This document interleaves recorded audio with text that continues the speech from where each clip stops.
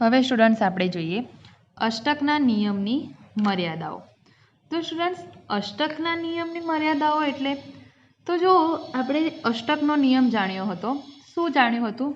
તો કોસેલ અને લુઈસ નામના વૈજ્ઞાનિક દ્વારા આ નિયમ સમજાવવામાં આવ્યો હતો। એમાં ઇલેક્ટ્રોનની આપલે દ્વારા સંયોજકતા કક્ષામાં સંપૂર્ણ રીતે 8 ઇલેક્ટ્રોન ભરાય તો તેનું અષ્ટક પૂર્ણ છે તેવું કહેવાય, અથવા તો ઇલેક્ટ્રોનની ભાગીદારી કરીને પરમાણુઓ તેમની અષ્ટક રચના પ્રાપ્ત કરતા હતા। તેમજ આપણે એવું બી જાણીએ છીએ કે સ્ટુડન્ટ કે જે તત્વો અથવા તો પરમાણુઓની અષ્ટક રચના પૂર્ણ હોય તે સ્થાયી ઇલેક્ટ્રોન રચના પ્રાપ્ત કરે છે, એટલે કે તેમની સ્થાયીતામાં વધારો થાય છે। આપણે જોયું હતું કે નિષ્ક્રિય વાયુઓ સમૂહ 18ના જે તત્વો છે એ તત્વો જે છે એમની જે બાહ્યતમ કક્ષા છે તે સંપૂર્ણ રીતે ભરેલી હોય છે, એટલે એમની બાહ્યતમ કક્ષામાં 8 ઇલેક્ટ્રોન ભરેલા હોય છે અને તેના જ કારણે તેઓ સ્થાયી ઇલેક્ટ્રોન રચના પ્રાપ્ત કરેલી છે। કારણ કે જે સમૂહ 18ના તત્વો છે તે ઇલેક્ટ્રોન ગુમાવતા પણ નથી, ઇલેક્ટ્રોન મેળવતા પણ નથી અને કોઈ પણ અન્ય પરમાણુ સાથે ઇલેક્ટ્રોનની ભાગીદારી પણ કરતા નથી, એટલે સૌથી વધારે તેઓ સ્થિરતા એટલે કે સ્થાયીતા ધરાવતા હોય છે। હવે આ જે અષ્ટકના નિયમ છે એની મર્યાદાઓ છે। મર્યાદાઓ કેવી છે? તો કે 3 પ્રકારના અપવાદ છે। ઓકે, હવે કેવા 3 પ્રકારના અપવાદ છે? તો એમાં જો સૌથી પહેલું લખેલું છે અહીંયા સ્ટુડન્ટ, મધ્યસ્થ પરમાણુનું અપૂર્ણ અષ્ટક। શું લખેલું છે? મધ્યસ્થ પરમાણુનું અપૂર્ણ અષ્ટક। તો બહુપરમાણવીય અણુ હોય એમાં એક પરમાણુ મધ્યસ્થ પરમાણુ હોય અને બીજા અન્ય પરમાણુ તેની આસપાસ તેની સાથે જોડાયેલા હોય છે। તો જુઓ સ્ટુડન્ટ, મધ્યસ્થ પરમાણુનું અપૂર્ણ અષ્ટક એટલે કે જે મધ્યમાં રહેલો જે પરમાણુ હોય તે પરમાણુનું અષ્ટક પૂર્ણ થતું નથી, એટલે કે તેની જે સંયોજકતા કક્ષા છે તેમાં સંપૂર્ણ રીતે 8 ઇલેક્ટ્રોન ભરાતા નથી। તેમજ સ્ટુડન્ટ આપણને એવું કહેવામાં આવે છે કે જે તત્વોની સંયોજકતા કક્ષામાં 4 કરતાં ઓછા ઇલેક્ટ્રોન હોય તેના સંયોજનોમાં જે મધ્યસ્થ પરમાણુ હોય તેની આસપાસ ઇલેક્ટ્રોનની જે સંખ્યા છે એ 8 કરતાં ઓછી હોય છે, એટલે કે તેમાં 8 ઇલેક્ટ્રોન સંપૂર્ણ રીતે ભરાતા નથી, એટલે કે એવા સંયોજનોમાં અષ્ટકનો નિયમ પળાતો નથી। જુઓ સ્ટુડન્ટ, તમને સમજાવું, લિથિયમ ક્લોરાઇડ સંયોજન છે। હવે લિથિયમનો પરમાણુ ક્રમાંક શું સ્ટુડન્ટ? 3। એની ઇલેક્ટ્રોન રચના શું આવશે? 1s2 2s1, એટલે કે લિથિયમની બાહ્યતમ કક્ષામાં કેટલા ઇલેક્ટ્રોન આવે સ્ટુડન્ટ? તો કે 1 આવે। લિથિયમ પરમાણુ ક્રમાંક 3 1s2 2s1, બાહ્યતમ કક્ષા એટલે કે સંયોજકતા કક્ષા બીજી, એમાં સંયોજકતા કક્ષામાં રહેલો ઇલેક્ટ્રોન કેટલો? તો કે 1। તો આ લખીએ આપણે લિથિયમ, તેની સંયોજકતા કક્ષામાં રહેલો ઇલેક્ટ્રોન આ 1। એની સાથે જોડાયેલું છે ક્લોરીન પરમાણુ, બરાબર? ક્લોરીન પરમાણુ જે છે એની સંયોજકતા કક્ષામાં ઇલેક્ટ્રોન કેટલા હોય સ્ટુડન્ટ? 7 ઇલેક્ટ્રોન હોય, એ હવે તમને યાદ રહી જવું જોઈએ। ઓકે, ક્લોરીન પરમાણુની સંયોજકતા કક્ષામાં 7 ઇલેક્ટ્રોન હોય એટલે તેને અષ્ટક રચના પૂર્ણ કરવા માટે 1 ઇલેક્ટ્રોનની જરૂર પડે। તો આપણે ક્લોરીન લખીએ, ક્લોરીન પરમાણુ સંયોજકતા કક્ષામાં 7 ઇલેક્ટ્રોન, તો 2 2 4 2 6 અને 1 7।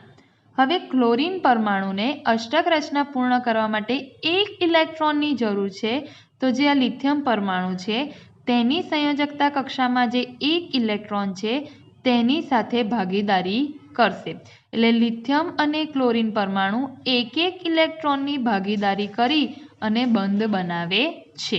હવે જ્યારે લિથિયમ અને ક્લોરીન પરમાણુ સ્ટુડન્ટ 1 ઇલેક્ટ્રોનની ભાગીદારી કરીને બંધ બનાવે છે તો તમે અહીંયા જોઈ શકો છો કે ક્લોરીન પરમાણુ જે છે તેની તો અષ્ટક રચના પૂર્ણ થઈ ગઈ। ક્લોરીન પરમાણુમાં તો તમને અહીંયા 8 ઇલેક્ટ્રોન થઈ ગયા, પણ લિથિયમ પાસે કેટલા ઇલેક્ટ્રોન થયા? 2 ઇલેક્ટ્રોન. એટલે લિથિયમ જે તત્વ છે તેની ઇલેક્ટ્રોન રચના પૂર્ણ થતી નથી. અહીંયા અષ્ટક પ્રાપ્ત લિથિયમ કરતું નથી. છતાં પણ અહીંયા તમે જોઈ શકો છો કે લિથિયમ ક્લોરાઇડનું જે સંયોજન છે તે સ્થિરતા ધરાવે છે. ઓકે, જે લિથિયમ ક્લોરાઇડનું જે સંયોજન છે સ્ટુડન્ટ એ શું કરે છે? સ્થિરતા ધરાવે છે. તો અહીંયા તમે એવું કહી શકો છો કે જે મધ્યસ્થ પરમાણુ છે તેની અષ્ટક રચના પ્રાપ્ત કરતું નથી, છતાં પણ જે સંયોજન છે તેમાં સ્થાયીતા છે. એટલે કે દરેક જગ્યાએ એવું જરૂરી નથી કે અષ્ટક રચના પ્રાપ્ત કરી હોય તો જ તેની સ્થિરતા વધારે હોય. આ શું થઈ? અષ્ટકના નિયમની મર્યાદા. બીજું ઉદાહરણ તમે અહીંયા જોઈ શકો છો સ્ટુડન્ટ, બેરેલિયમ હાઇડ્રાઇડનું છે. બેરેલિયમ પરમાણુ ક્રમાંક શું આવશે? 4. ઓકે, એની ઇલેક્ટ્રોન રચના થશે 1s2 2s2. ચલો, સંયોજકતા કક્ષા બીજી. સંયોજકતા કક્ષામાં રહેલા ઇલેક્ટ્રોનની સંખ્યા કેટલી થઈ? 2. તો અહીંયા લખ્યું હતું કે 4 કરતાં ઓછા ઇલેક્ટ્રોન ધરાવતા જે તત્વો છે તે સરળતાથી અષ્ટક રચના પ્રાપ્ત કરી શકતા નથી. આ 4 કરતાં ઓછા ઇલેક્ટ્રોન, એની બાજુમાં શું છે? હાઇડ્રાઇડ, એટલે કે 2 હાઇડ્રોજન પરમાણુ છે. તો હાઇડ્રોજન પરમાણુની ઇલેક્ટ્રોન રચના 1s1. એની ઇલેક્ટ્રોન રચના 1s1 એટલે એની સંયોજકતા કક્ષામાં કેટલા ઇલેક્ટ્રોન સ્ટુડન્ટ? 1. હવે આપણે મેં તમને પહેલાં જ જણાવ્યું હતું હાઇડ્રોજન પરમાણુ જે છે એ એની પહેલી કક્ષામાં 2 ઇલેક્ટ્રોન જ્યારે સંપૂર્ણ રીતે ભરાઈ જાય તો તે સ્થિરતા પ્રાપ્ત કરી લે છે, એટલે કે સ્થાયી ઇલેક્ટ્રોન રચના પ્રાપ્ત કરે છે. હાઇડ્રોજન પરમાણુમાં ભલે અષ્ટક રચના પૂર્ણ થતી નથી, પરંતુ તેની પહેલી કક્ષા જે છે એમાં 2 ઇલેક્ટ્રોન ભરાય એટલે તે સ્થાયી ઇલેક્ટ્રોન રચના અથવા તો સમૃદ્ધતા પ્રાપ્ત કરે છે. તો અહીંયા હાઇડ્રોજન પરમાણુ જે છે એની પાસે 1 ઇલેક્ટ્રોન છે. 2 ઇલેક્ટ્રોન માટે તેને 1 ઇલેક્ટ્રોનની જરૂર છે. બેરેલિયમ જે છે એની પાસે 2 ઇલેક્ટ્રોન છે. તો હું આ રીતે લખી શકું, બેરેલિયમ અને એની સાથે જોડાયેલા સ્ટુડન્ટ 2 હાઇડ્રોજન પરમાણુ. હવે બેરેલિયમ જે છે એની પાસે 2 ઇલેક્ટ્રોન છે, આ એક અને આ બીજો. હાઇડ્રોજન પરમાણુઓ જે છે એ બંને હાઇડ્રોજન પરમાણુ પાસે 1 ઇલેક્ટ્રોન છે. હવે બંને હાઇડ્રોજન પરમાણુ જે છે એ સ્થાયી ઇલેક્ટ્રોન રચના પ્રાપ્ત કરવા માટે 1 ઇલેક્ટ્રોનની જરૂર છે. તો આ બંને હાઇડ્રોજન પરમાણુ શું કરશે? તો કે જે બેરેલિયમ પરમાણુ છે એની જે સંયોજકતા કક્ષામાં રહેલા 2 ઇલેક્ટ્રોન છે એમની સાથે ઇલેક્ટ્રોનની શું કરશે? ભાગીદારી કરશે અને બંધ બનાવશે. હવે અહીંયા જો બેરેલિયમ આ હાઇડ્રોજન પરમાણુ સાથે 1 ઇલેક્ટ્રોનની ભાગીદારી કરીને અહીંયા બંધ બનાવે છે. એ જ રીતે આ હાઇડ્રોજન પરમાણુ બેરેલિયમ સાથે 1 ઇલેક્ટ્રોનની ભાગીદારી કરીને બંધ બનાવે છે. હવે બેરેલિયમ જે છે એની પાસે કેટલા ઇલેક્ટ્રોન થયા? તો એના પોતાના 2 અને 2 ઇલેક્ટ્રોનની ભાગીદારી હાઇડ્રોજન જે 2 પરમાણુઓ સાથે કરી એ. તો બેરેલિયમની આસપાસ 4 ઇલેક્ટ્રોન થયા. હવે અષ્ટક રચના અહીંયા પૂર્ણ થતી નથી, એટલે કે જે બેરેલિયમ એ શું થયો? મધ્યસ્થ પરમાણુ, એની આસપાસ 8 ઇલેક્ટ્રોન ભરાતા નથી. 8 કરતાં કેવા ઇલેક્ટ્રોન છે? ઓછા ઇલેક્ટ્રોન છે. છતાં પણ બેરેલિયમ હાઇડ્રાઇડ એ સ્થાયી ઇલેક્ટ્રોન રચના, એટલે કે બેરેલિયમ હાઇડ્રાઇડનું જે સંયોજન છે એ સ્થાયીતા ધરાવે છે. ભલે અહીંયા અષ્ટકનો નિયમ પડાતો નથી. એટલે આ જે મધ્યસ્થ પરમાણુ છે એનું અપૂર્ણ અષ્ટક એ શું થાય? આપણા અષ્ટકના નિયમની મર્યાદા. એ જ રીતે બીજું ઉદાહરણ જોઈએ તો બીજું ઉદાહરણ છે સ્ટુડન્ટ બોરોન ટ્રાયફ્લોરાઇડ. બોરોન પરમાણુ, ચલો બોરોનનો પરમાણુ ક્રમાંક 5, એની ઇલેક્ટ્રોન રચના 1s2 2s2 અને 2p1, 2 ને 2 4 ને 1 5. ચલો બાહ્યતમ કક્ષા કઈ? બીજી.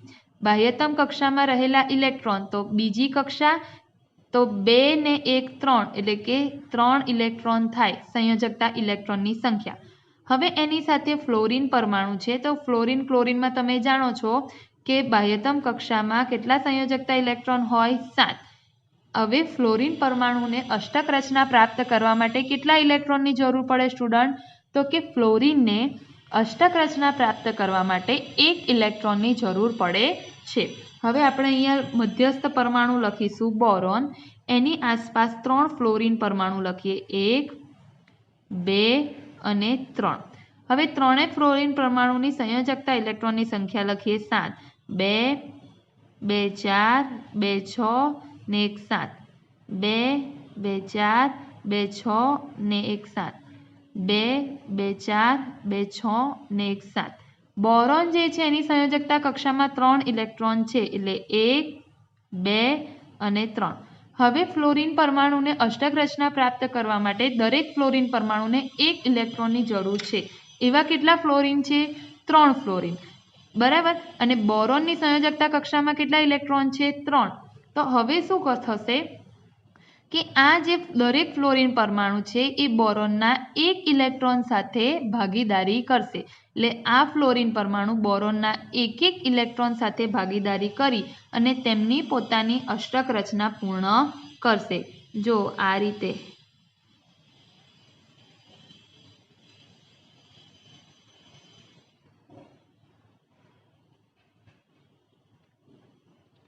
અહીંયા તમે જોઈ શકો છો કે ત્રણેય ફ્લોરિન પરમાણુએ બોરોનના 1 ઇલેક્ટ્રોન સાથે ભાગીદારી કરીને અષ્ટક રચના પ્રાપ્ત કરી છે.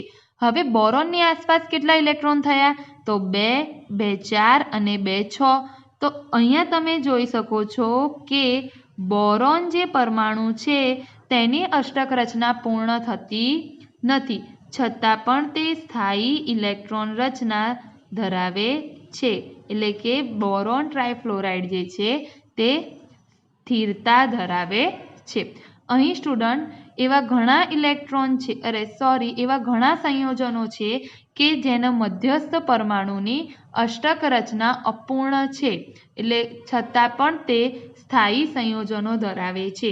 અન્ય એવા કયા ઉદાહરણો છે?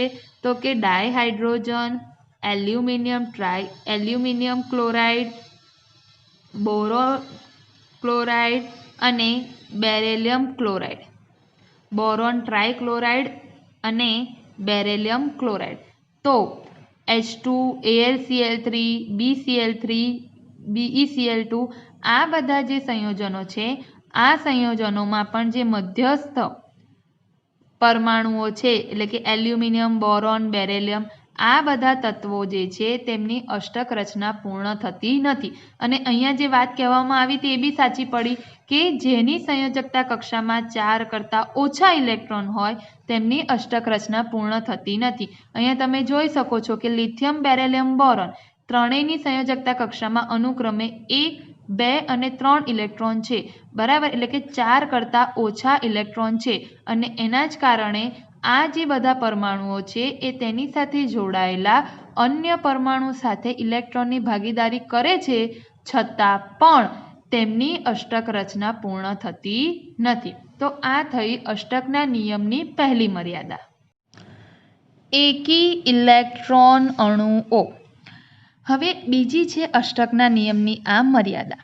શું કહે છે કે એકી ઇલેક્ટ્રોનની સંખ્યા ધરાવતા અણુઓ જેવા કે નાઇટ્રિક ઓક્સાઇડ અને નાઇટ્રોજન ડાયોક્સાઇડમાં અમુક પરમાણુઓમાં અષ્ટકના નિયમ પડાતો નથી.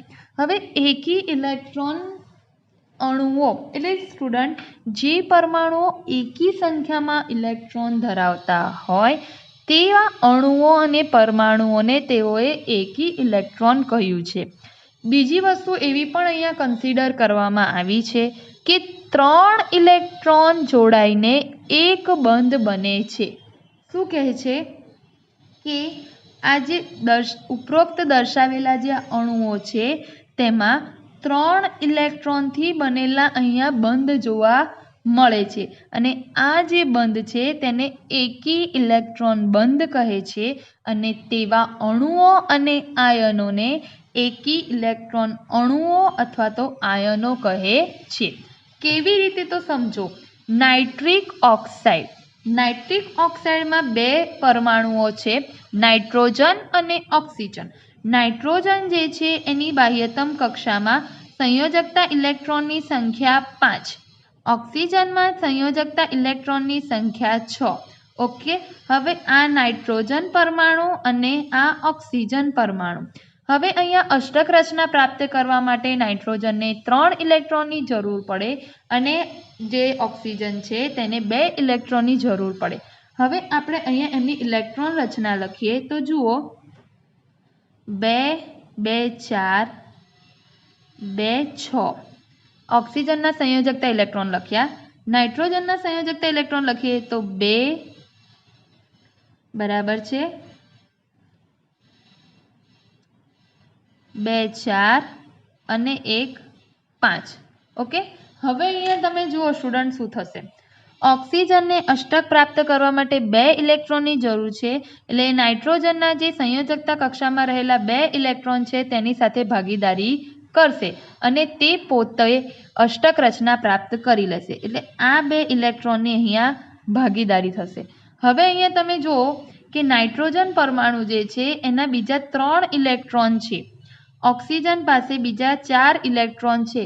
હવે અહીંયા શું થાય છે એ વસ્તુ ખાસ ધ્યાન રાખવાની છે કે શું થશે અહીંયા સ્ટુડન્ટ, અહીંયા થશે કે નાઇટ્રોજન છે તેનો એક પરમાણુ, જે નાઇટ્રોજન હોય છે ને સ્ટુડન્ટ તેનો એક પરમાણુ બરાબર છે ઓક્સિજનના 2 ઇલેક્ટ્રોન સાથે જોડાશે.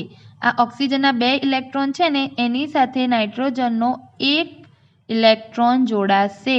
એટલે કે અહીંયા નાઇટ્રોજનનો 1 અને ઓક્સિજનના 2 એમ કુલ 3 ઇલેક્ટ્રોન, નાઇટ્રોજનનો 1 ઓક્સિજનના 2 આમ કુલ 3 ઇલેક્ટ્રોન ભેગા થઈને એક બંધ બને. તો જ્યારે 3 ઇલેક્ટ્રોન ભેગા થઈને એક બંધ બને તો એને શું કહેવામાં આવે છે? ઓડ ઇલેક્ટ્રોન બંધ. તૂટક રેતાથી બતાવ્યો છે એને શું કહેવાય? ઓડ ઇલેક્ટ્રોન બંધ, એટલે કે એકી ઇલેક્ટ્રોન બંધ. બીજું અહીંયા તમે જોઈ શકો છો કે 5 નાઇટ્રોજન પાસે 5 ઇલેક્ટ્રોન, ઓક્સિજન પાસે 6 ઇલેક્ટ્રોન, એટલે કુલ સંયોજકતા ઇલેક્ટ્રોનની સંખ્યા કેટલી થઈ? 11. એટલે આ જે નાઇટ્રિક ઓક્સાઇડનો જે સંયોજન છે તેમાં કુલ સંયોજકતા ઇલેક્ટ્રોનની સંખ્યા 11, જે કેવી છે? એકી સંખ્યા છે. એટલા માટે પણ એને એકી ઇલેક્ટ્રોન અણુઓ કહેવામાં આવે છે. તો નાઇટ્રિક ઓક્સાઇડ છે એની રચના કેવી રીતે થશે? તો કે નાઇટ્રોજન ઓક્સિજન વચ્ચે ડબલ બોન્ડ, તેમાં નાઇટ્રોજનનો 1 ઓક્સિજનના 2 એમ 3 ઇલેક્ટ્રોન જોડાઈને આ શું બને છે? એકી ઇલેક્ટ્રોન બંધ, જેને મેં તૂટક રેખા દ્વારા દર્શાવ્યો છે. બરાબર, અને અહીંયા આવશે 2 નાઇટ્રોજનના ઇલેક્ટ્રોન અને અહીંયા આવશે 2 ઓક્સિજનના ઇલેક્ટ્રોન. તો આ પ્રકારની નાઇટ્રિક ઓક્સાઇડની રચના હોય છે. નાઇટ્રોજન ડાયોક્સાઇડમાં તમે જુઓ તો એમાં બી કેટલા ઇલેક્ટ્રોન થશે સંયોજકતા ઇલેક્ટ્રોન? તો નાઇટ્રોજનના 5 અને 2 ઓક્સિજન પરમાણુ એટલે 6 દુ 12. તો 12 ને 5 કેટલા? 17 ઇલેક્ટ્રોન થયા. તો 17 ઇલેક્ટ્રોન એટલે એનો અર્થ શું થયો કે એકી સંખ્યા ધરાવતા ઇલેક્ટ્રોન છે નાઇટ્રોજન ડાયોક્સાઇડ જે સંયોજન છે એમાં, એટલે આ પણ એકી ઇલેક્ટ્રોન ધરાવતા અણુ કહેવાય. અહીંયા શું થશે તો કે નાઇટ્રોજનના 5 ઇલેક્ટ્રોન અને 2 ઓક્સિજન પરમાણુ છે. તો અહીંયા શું થશે? પહેલાં આપણે 2 2 4 અને 1 5. ઓકે,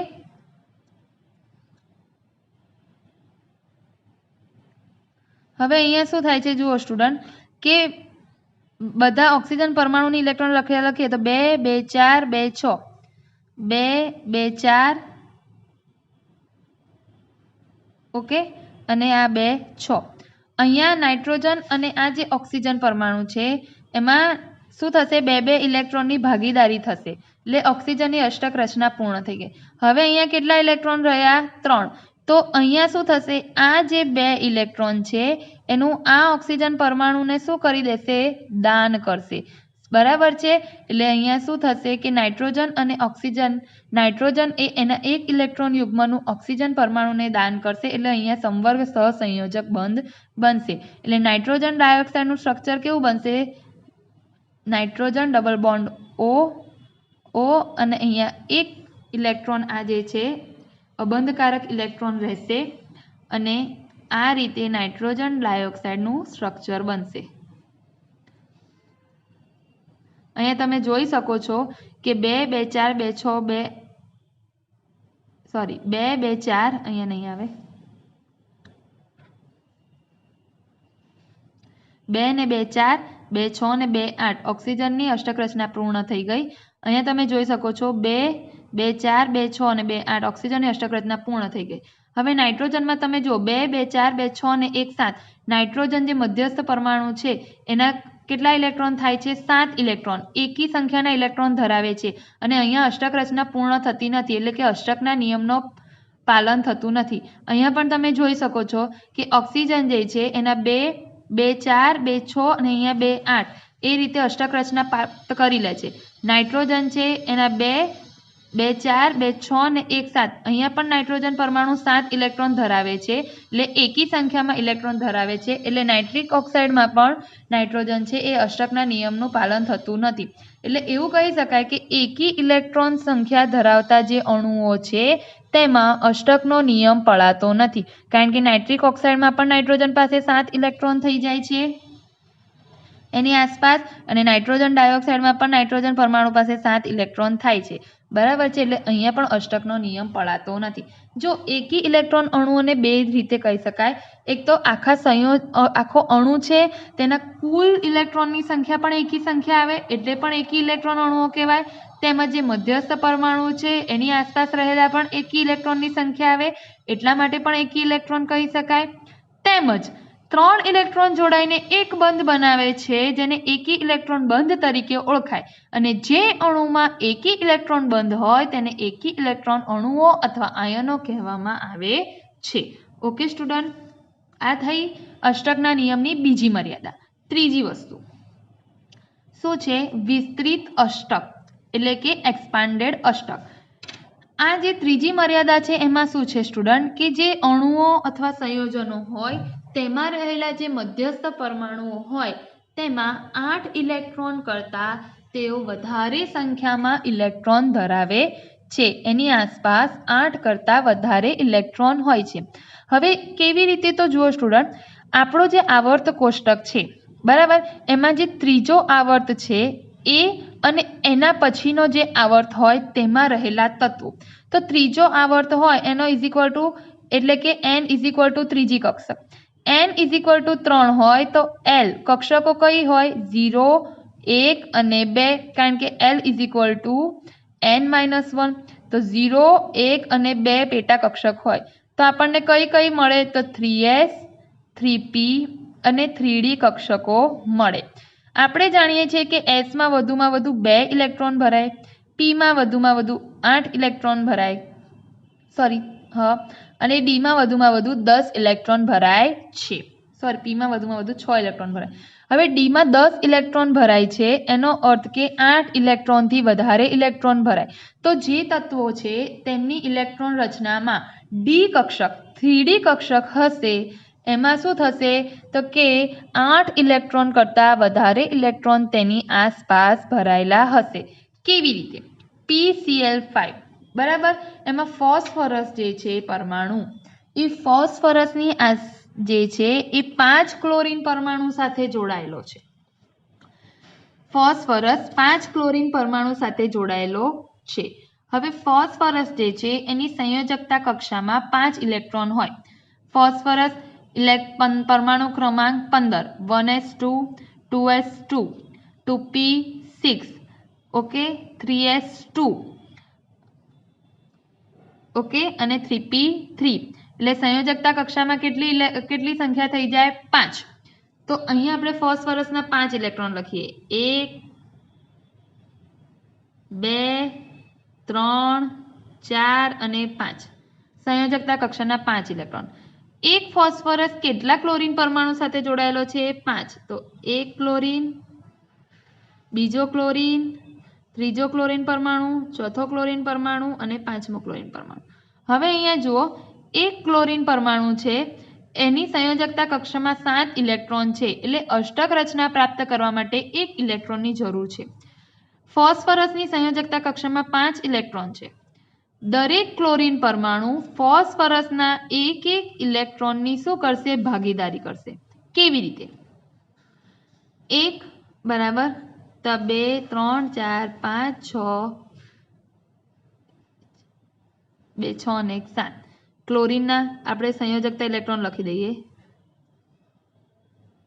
7 2 2 4 2 6 અને 7 2 2 4 2 6 અને 7 2 2 4 2 6 અને 7. હવે અહીંયા જો દરેક ક્લોરીન પરમાણુ અષ્ટક રચના પ્રાપ્ત કરવા માટે ફોસ્ફરસની સંયોજકતા કક્ષામાં જે 5 ઇલેક્ટ્રોન છે એની સાથે એક એક ઇલેક્ટ્રોનની ભાગીદારી કરશે. જો આ ક્લોરીન પરમાણુ અહીંયા આ રીતે એક ઇલેક્ટ્રોનની ભાગીદારી કરીને અષ્ટક રચના પ્રાપ્ત કરી. આ ક્લોરીન પરમાણુએ આ રીતે આની અષ્ટક રચના પૂર્ણ થઈ. આ ક્લોરીન પરમાણુની આ રીતે અષ્ટક રચના પૂર્ણ થઈ. 2 2 4 2 6 ને 2 8. એ જ રીતે આ ક્લોરીન પરમાણુ બી એની અષ્ટક રચના પૂર્ણ કરે છે અને એ રીતે આ ક્લોરીન પરમાણુ બી એની અષ્ટક રચના પૂર્ણ કરે છે. હવે અહીંયા તમે જોઈ શકો છો કે 5 જે ક્લોરીન પરમાણુ છે તેમણે તો અષ્ટક રચના પૂર્ણ કરી લીધી. ફોસ્ફરસ જે છે એની આસપાસ કેટલા ઇલેક્ટ્રોન થયા તો કે એના પોતાના 5 અને બીજા એક એક ઇલેક્ટ્રોન સાથે ભાગીદારી કરી એટલે 10 2 2 4 2 6 2 8 ને 2 10. તો અહીંયા તમે જોઈ શકો છો કે જે ફોસ્ફરસ છે તેની આસપાસ કુલ ઇલેક્ટ્રોનની સંખ્યા થઈ 10. એટલે 8 ઇલેક્ટ્રોન કરતાં ઇલેક્ટ્રોનની સંખ્યા કેવી થઈ ગઈ? વધી ગઈ. 10 થઈ ગઈ. બરાબર. એટલે આપણે એવું કહી શકીએ કે અહીંયા શું થાય છે? વિસ્તરિત જે આવર્ત કોષ્ટકના ત્રીજા અને પછીના આવર્તોમાં 3s અને 3p કક્ષકો ઉપરાંત 3d કક્ષકો બંધન માટે પ્રાપ્ય હોય છે. આવા તત્વોના ઘણા સંયોજનોમાં મધ્યસ્થ પરમાણુની આસપાસ 8 કરતાં વધારે ઇલેક્ટ્રોન હોય છે જેને આપણે વિસ્તૃત અષ્ટક કહીએ છીએ, જ્યાં અષ્ટકના નિયમનું પાલન થતું નથી. ઓકે. એ જ રીતે SF6 સલ્ફર હેક્ઝાફ્લોરાઇડ. ઓકે. અહીંયા તમે જુઓ સલ્ફર હેક્ઝાફ્લોરાઇડ છે એમાં સલ્ફર એની સંયોજકતા કક્ષામાં ઇલેક્ટ્રોનની સંખ્યા 6. ઓકે. હવે અહીંયા તમે જોઈ શકો છો આ 1 2 3 4 5 અને 6 સંયોજકતા કક્ષામાં ઇલેક્ટ્રોનની સંખ્યા. એક સલ્ફર પરમાણુ 6 ફ્લોરીન પરમાણુ સાથે જોડાયેલો છે. કેટલા? 6. તો લખો 1 2 3 4 5 અને 6. હવે અહીંયા તમે જોઈ શકો છો સ્ટુડન્ટ કે ફ્લોરીન જે છે એની સંયોજકતા કક્ષામાં ઇલેક્ટ્રોનની સંખ્યા કેટલી આવે? તો કે ફ્લોરીનની જે સંયોજકતા કક્ષામાં ઇલેક્ટ્રોનની સંખ્યા આવે છે 7. એટલે એને અષ્ટક રચના પ્રાપ્ત કરવા માટે એક ઇલેક્ટ્રોનની જરૂર પડે. તો ફ્લોરીનની સંયોજકતા કક્ષાના ઇલેક્ટ્રોન લખીએ આપણે 1 2 3 4 5 6 ને 1 આ 7. 1 2 3 4 5 6 અને 1 7. 1 2 3 4 5 6 અને 1 7. 1 2 3 4 5 6 અને 1 7. આ રીતે આપણે દરેક ફ્લોરીન પરમાણુની સંયોજકતા કક્ષાના ઇલેક્ટ્રોન લખીએ. હવે અષ્ટક રચના પૂર્ણ કરવા માટે એક એક ઇલેક્ટ્રોનની જરૂર. તો જો ફ્લોરીન પાસે 6 ફ્લોરીન પરમાણુ, સલ્ફરની સંયોજકતા કક્ષામાં 6 ઇલેક્ટ્રોન, એટલે દરેક ફ્લોરીન એક એક ઇલેક્ટ્રોન સાથે ભાગીદારી કરશે. તો અહીંયા જો આ રીતે ફ્લોરીન એની અષ્ટક રચના પૂર્ણ કરે.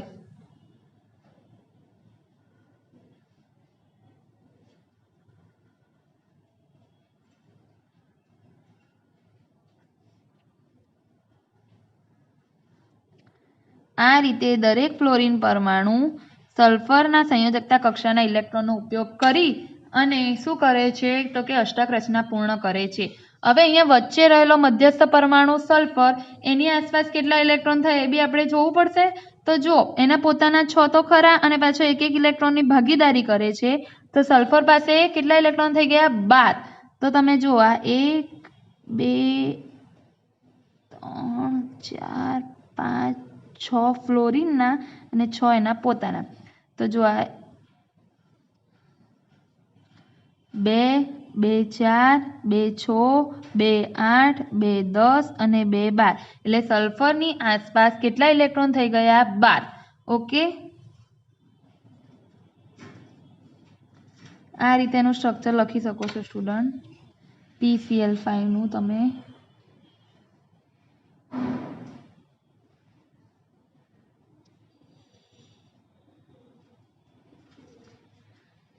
SF6 માં બી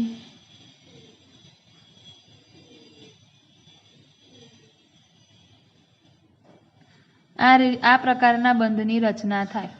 H2SO4 જોઈએ. ચલો H2SO4 માં સલ્ફર મધ્યસ્થ પરમાણુ બનાવીશું. હવે સલ્ફરની સંયોજકતા કક્ષાના ઇલેક્ટ્રોન 6. ઓકે, હવે એમાં તમે જુઓ તો 2 2 4 ને 2 6 સંયોજકતા કક્ષાના ઇલેક્ટ્રોન સલ્ફરના. H2SO4 એટલે કે 4 ઓક્સિજન પરમાણુ છે, તો અહીંયા 2 ઓક્સિજન પરમાણુ આવશે અને આ બાજુ 2 ઓક્સિજન પરમાણુ, એની સાથે 2 હાઇડ્રોજન પરમાણુ, અહીંયા આવશે 2 હાઇડ્રોજન પરમાણુ. ચલો હવે અહીંયા જુઓ, હાઇડ્રોજનને પાસે 1 ઇલેક્ટ્રોન, ઓક્સિજનની સંયોજકતા કક્ષામાં 6 ઇલેક્ટ્રોન. અહીંયા શું થાય છે એ જોઈએ. પહેલા અહીંયા શું થશે કે આપણે પહેલા લખીએ હાઇડ્રોજન જે છે એના સંયોજકતા કક્ષાના ઇલેક્ટ્રોન. તો હાઇડ્રોજન પાસે બંને પરમાણુ પાસે 1 ઇલેક્ટ્રોન છે. ઓક્સિજન પાસે કેટલા ઇલેક્ટ્રોન? 6. તો 2 2 4 5, આ બાજુ 6, 2 2 4 5, આ બાજુ 6. હવે અહીંયા શું થશે જુઓ કે ઓક્સિજનને 1 ઇલેક્ટ્રોનની ભાગીદારી હાઇડ્રોજન સાથે કરશે, આ ઓક્સિજન 1 ઇલેક્ટ્રોનની ભાગીદારી સલ્ફર સાથે કરશે. અહીંયા સેમ ઓક્સિજન પરમાણુ 1 ઇલેક્ટ્રોનની ભાગીદારી હાઇડ્રોજન સાથે કરશે, આ 1 ઇલેક્ટ્રોનની ભાગીદારી સલ્ફર સાથે કરશે. એટલે અહીંયા હાઇડ્રોજન અને ઓક્સિજન, આ હાઇડ્રોજન અને આ ઓક્સિજન, એમની અષ્ટક રચના શું થઈ જશે? પૂર્ણ થઈ જશે.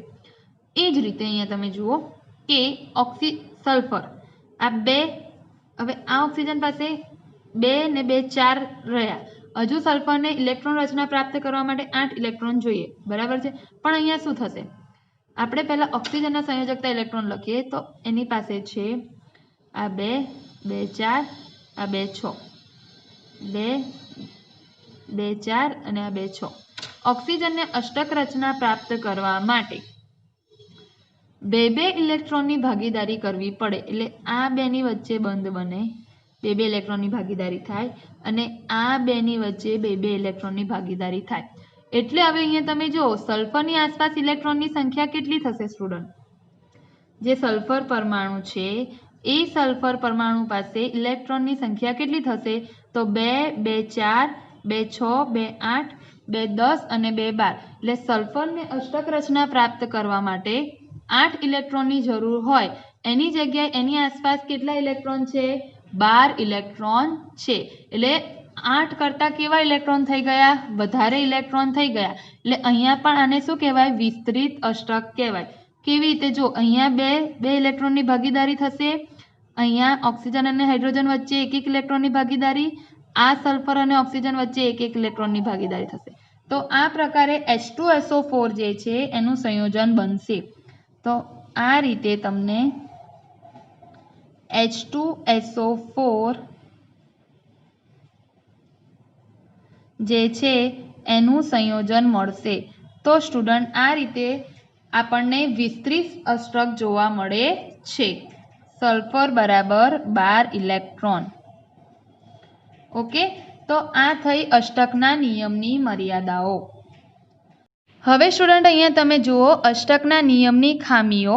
તો એની ખામીઓ શું છે તમે જોઈ શકો છો. પહેલી ખામી, ઓક્સિજન ઝેનોન કે ક્રિપ્ટોન સાથે જોડાઈને xenon fluoride, xenon krypton difluoride, xenon oxofluoride સંયોજનો બનાવે છે. તેમાં અષ્ટકના નિયમનું પાલન થતું નથી. પહેલી વસ્તુ કે ઝેનોન અને ક્રિપ્ટોન જે છે એ નિષ્ક્રિય વાયુ છે.